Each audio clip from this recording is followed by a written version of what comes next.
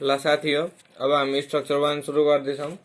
Structure 1 मा पहिला हामी मोमेन्ट एरिया मेथड पढ्छौँ, त्यसपछि कन्जुगेट बीम मेथड पढ्छौँ। मोमेन्ट एरिया मेथडमा त बुझ्नुपर्ने कुरा के हो भन्दाखेरि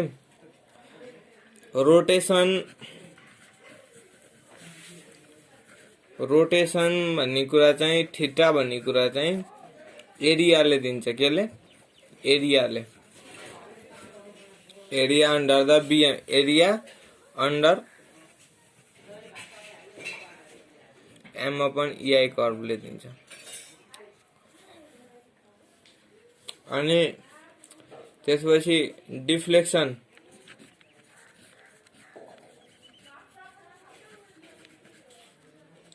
डेल्टा भनेको के हुन्छ? Area under M by EI into यसको एरियाको मोमेन्टले दिन्छ भनेपछि त्यो चाहिँ एक्स डिस्टेन्स मानौँ मोमेन्टको लागि है। ल अब हामी यसको ढिलो नगरिकन एउटा हिसाब गर्न त लागौँ है। पहिलो हिसाब के छ? पहिलो न्युमेरिकल भन्दाखेरि एसएस भाविकटीको बुकबाट लिएर हामीले यो क्यान्टिलिभर बीम छ जसमाथि युडिएल हामीलाई दिएको छ। यो युडिएल को इन्टेन्सिटी जुन छ नि डब्लु पर लेन्थ छ है।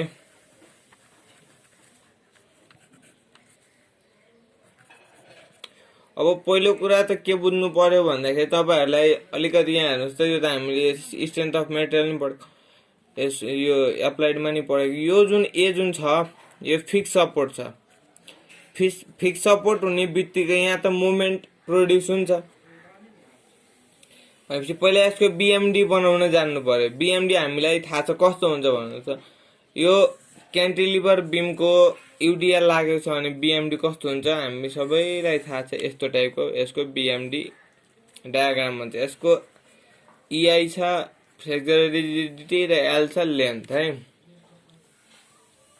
ल अब हामीले यसको निकाल्नु पर्ने के भन्दाखेरि theta B is equal to what र delta B is equal to what. Free इन्डमा कति रोटेसन र डिफ्लेक्सन हुन्छ बीमा। ल अब यसको हामीले निकाल्नु पर्ने कुरा त्यो अगाडि बढौँ। अब पहिला हेर्नुहोस् न, यहाँनिर पहिलो कुरा इआई छ भने अब यहाँनिर प्रोड्युस हुने यहाँनिर मोमेन्ट कति प्रोड्युस हुन्छ भनेर त हामीले यहाँबाट हेर्न सक्छौँ। यहाँ एकछिन मैले एक्स एउटा सेक्सन काटे भने ओरिजिन कहाँ मानौँ? एमै मानौँ। एमै ओरिजिन मान्दाखेरि यसको कति हुन्छ? डब्लु इन्टु एक्स बाई 2 आउँछ। यताबाट आयो पनि डब्लु इन्टु एक्स बाई 2 आउँछ। यसको यो कोअर्डिनेट छ, एक्स को ठाउँमा एल रिप्लेस गर्दा कति आयो? डब्लु एल स्क्वायर अपन 2 आयो है। ल अब डब्लु एल स्क्वायर अपन 2 यसको यो अर्डिनेट आयो हैन। अब यसको फ्लेक्सुरल रिजिडिटी कति छ? इआई छ भनेपछि इआई ले त डिभाइड गर्नु पर्यो। एम बाई इआई डायग्राम बनाइरा हामीले है। अब भनेपछि अब यसपछि के कुरो बुझ्नु पर्यो भन्दाखेरि हामीले थीटा बी निकाल्नको लागि यहाँ मैले माथि ठ्याक्क के लेखेको छु? Area under M by EI diagram. यहाँनिर त थीटा कति हुन्छ? अब हेर्नुहोस् त, थीटा हेर्नु है। पहिलो कुरा थीटा ल एबी थीटा एबी लेखे है। थीटा एबी भनेको पहिलो के हुन्छ अरे? Area under M by EI diagram हो कि हैन? भनेपछि अब यसको यहाँ कोअर्डिनेट पनि W L square upon X 2 EI छ। यतातिर हामीले एक्स कै लेन्थमा लेखेको कति हुन्थ्यो? W X square upon 2 EI हुन्थ्यो। डीएक्स लेन्थ कहाँ 0 देखि एल सम्म है। भनेपछि अब हामीले निकाल्न सकिन्छ। यसको इन्टिग्रेसन गर्दाखेरि थीटा बी भनेको थीटा एबी भनेको पहिला यहाँ एबी नै लेखौँ। यसको इन्टिग्रेसन गर्दाखेरि यहाँ कति आउँछ? डब्लु अपन 2 इआई आयो बाहिर। एक्स को कति भयो? X cube upon 3 L cube upon 3 है। अब यहाँ हेरौँ थीटा एबी जुन भनेको छ, थीटा एबी भनेको के हो? Theta A minus theta B हो। अब हामीलाई के कुरा थाहा छ भन्दाखेरि यहाँ थीटा ए त यो फिक्स छ, त यो 0 भयो। इज इक्वल टु कति भयो त? W L cube upon 6 EI. Therefore theta B is equal to minus WL cube upon 6EI। बुझ्नुभयो? ल अब हामी डिफ्लेक्सन तिर जाउँ।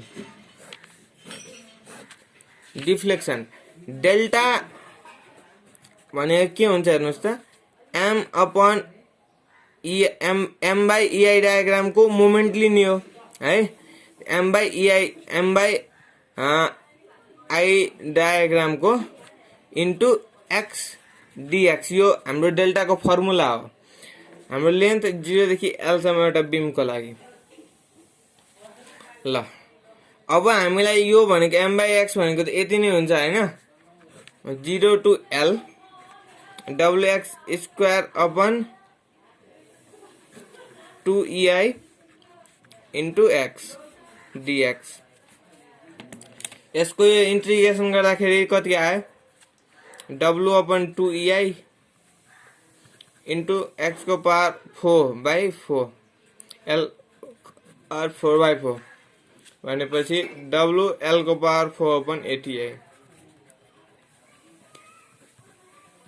डाउनवर्ड। यो हिसाब खाँदा केही गाह्रो पनि थिएन र यो एकदम सजिलो र इक्जाममा सोध्न सक्ने टाइपको हिसाब हो। अब हामी यसको अर्को न्युमेरिकलतिर अगाडि बढौँ, जसमा यस्तै क्यान्टिलिभर बीममा पोइन्ट लोड दिएको अवस्थामा अब हामी निकाल्छौँ। त्यो कसरी निकाल्ने भन्ने कुरा पनि हेरौँ है त।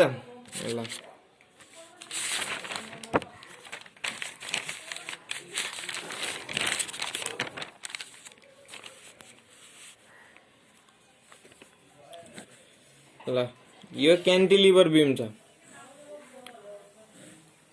यसमा यहाँ 10 किलो न्यूटन र यहाँ 5 किलो न्यूटन लोड लागेको छ। यसमा अब यहाँ 1.5 मिटर लेन्थ दिएको छ, यहाँ 1 मिटर लेन्थ दिएको छ। I is equal to constant दिएको छ, EI is equal to constant दिएको छ।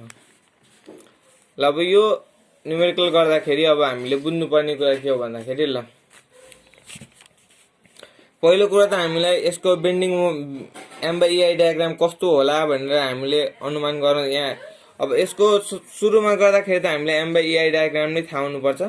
यसै हामी m बाई EI डायग्राम बनाउनतिर लागौँ। जहाँ जहाँ पोइन्ट लोड दिएको छ त्यहाँबाट हामी लाइन तान्दियौँ र यो बीम। ल अब हामीले यसको बेन्डिङ मोमेन्ट डायग्राम बनाउनको लागि हेर्नु त पहिलो कुरा के गर्नु पर्यो भन्दाखेरि, यहाँ बसेर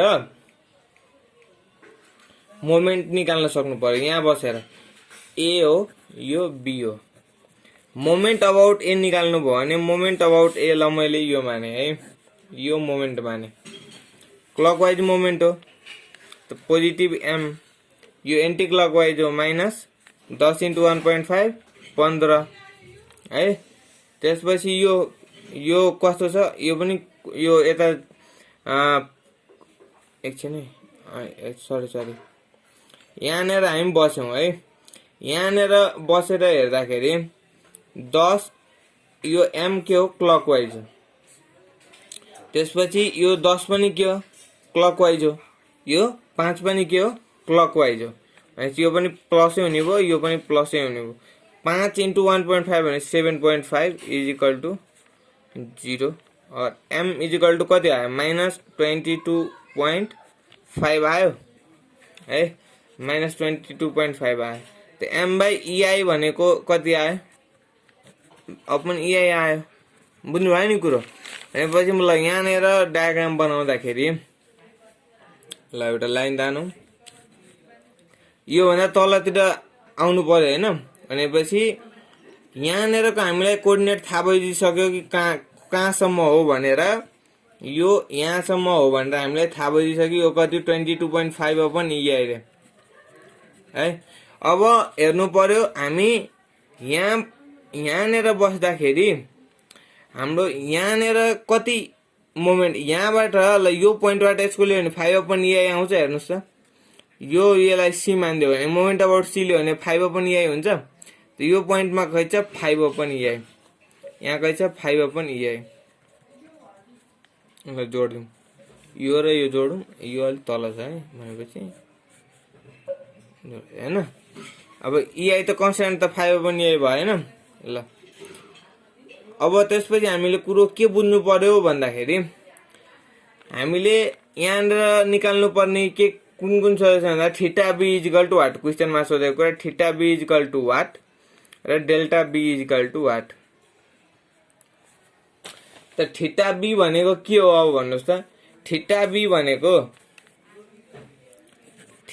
भनेको यो जुन यति पुरै एरिया जुन छ नि, यति पुरै एरिया जुन छ नि, मैले भर्खर तपाईहरुले यहाँनिर भनेकै छु। यहाँनिर हेर्नुहोस् त, रोटेसन थीटा भनेको एरिया अन्डर दिस कर्व र डिफ्लेक्सन भनेको area under this curve. Theta B निकाल्नु पर्ने छ हैन। भनेपछि थीटा पहिला त कुरा त हामीलाई एबी भन्ने कुरा थाहा हुनु पर्यो। थीटा एबी, यो ए हो यो बी हो। एबी गर्दाखेरि theta A minus theta B भयो, थीटा ए 0 भयो माइनस थीटा बी भयो। अब भनेपछि थीटा बी भनेको के आयो हेर्नुहोस् त, माइनस थीटा एबी। यो भनेको एरिया अन्डर कर्व हो।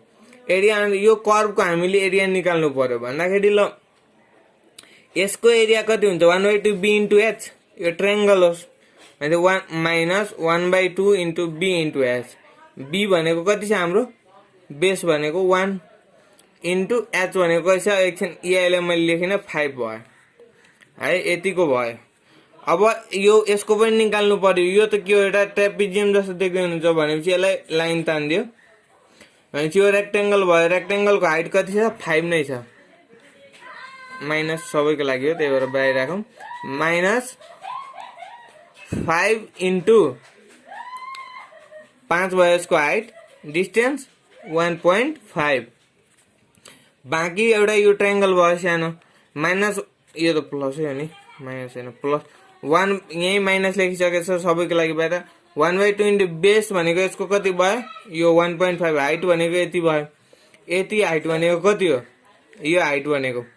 योबाट 5 घटायो भने 22.5 बाट 5 घटाइसक्यो भने कति भयो, बाँकी भयो त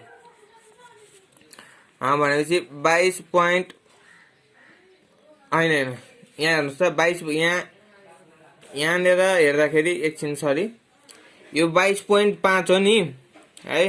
भनेपछि यहाँनिर 22.5 भयो, ठिक छ ल। भनेपछि यसको हाम्रो यो हाइट कति आयो भन्दाखेरि हैन, यो थीटा बी कति आयो भन्दाखेरि -26.875 अपन EI है। अब हामीले निकाल्नु पर्ने के कुरो हो भन्दाखेरि